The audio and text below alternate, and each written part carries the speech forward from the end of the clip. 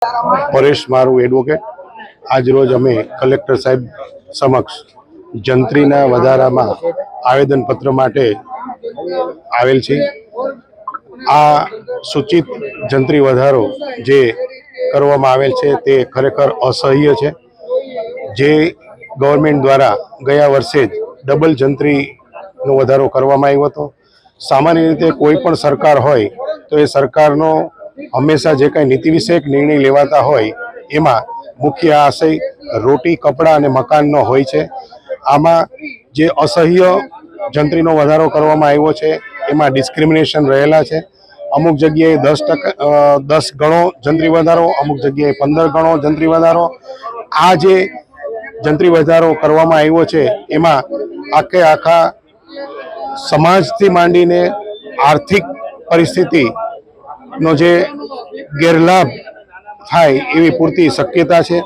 સામાન્ય સંજોગોમાં સામાન્ય નાનામાં નાનો વ્યક્તિ પોતાના પરિવાર સાથે એક જે આશા ધરાવતો હોય છે કે પોતાનું રહેણાંકનું મકાન હોય તો એ રહેણાંકનું મકાન નાનામાં નાનો વ્યક્તિ પણ લઈ શકે એ માટે ખરેખર યોગ્ય અને વ્યાજબી જંત્રી હોવી જોઈએ। જંત્રી વધારાનો અમારો જે બેઝિક રજૂઆત કરવાનો જે આશય છે એમાં આ જે ડિસ્ક્રિમિનેશન રહેલ છે એ ડિસ્ક્રિમિનેશન રદ થાય અને સરકાર આ સંદર્ભે યોગ્ય નિર્ણય લે એવો જ અમારો આજનો આ આવેદનપત્ર આપવા પાછળનો મુખ્ય આશય છે। Thank you all of you. મારું નામ વિજય તોગડિયા છે। હું રેવન્યુ બાર એસોસિએશનનો સેક્રેટરી છું। આજે અમે રેવન્યુ બાર એસોસિએશનના હોદ્દેદારો અને વકીલો સાથે જંત્રી વધારાને સૂચિત જંત્રી વધારો જે થયો છે તેને બાબતને ધ્યાનમાં રાખીને અમે આવેદન આપવામાં આવ્યા છીએ। આ આવેદન અમે આવેદનની અંદર અમે માત્ર વિરોધ પણ કરવા નથી આવ્યા, રાષ્ટ્રના હિતની જે બાબત છે એ પણ ઉલ્લેખ કરેલો છે। પરંતુ અમે જે જંત્રીના અભ્યાસ કર્યા પછી જે અમને માલુમ પડ્યું છે કે આ શક્તિઓ સરકારે તત્કાલ સુધારવી જોઈએ એવી બાબતની અમે સૂચનો આપેલા છે।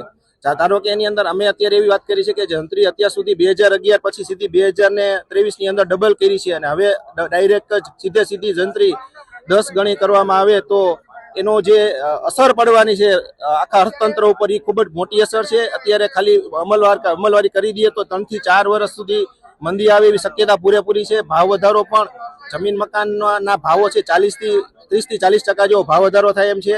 જેના કારણોસર જે નાના માણસો છે, ગરીબ માણસો છે તો એના પ્રત્યે સંવેદના દાખવીને એ ભાવ વધારો છે એ વ્યાજબી રાખે એવી અમારી તેમજ આ ઉપરાંત એક કૌટુંબિક વહેંચણી છે કે જેની અંદર એક પિતા છે દીકરાને વેચાણ કરતો હોય અને પુત્રને આપતા હોય તો એવી બાબતમાં પણ સંવેદના દાખવીને એની અંદર સ્ટેમ્પ ડ્યુટી ન લે અથવા તો ખૂબ જ ઓછી લે, જેથી કરીને લાંબા ગાળે જે કુટુંબ આપણે જે કહીએ છીએ ને કે કુટુંબની બધા સંબંધો સારા જળવાઈ રહીએ અને કુટુંબના કોઈ મોટી વ્યક્તિ હોય તો વહેંચણી એને પોતાની સંપત્તિની વહેંચણી કરવી તો યોગ્ય રીતે થાય એ પણ માંગણી અમે ભેગી કરેલી છે। આ ઉપરાંત ખાલી સૂચિત જંત્રીનો નહીં પણ બાંધકામના ભાવમાં પણ આ લોકોને ખ્યાલ નથી કે બાંધકામના ભાવમાં પણ મોટા પ્રમાણે વધારો કરેલો છે।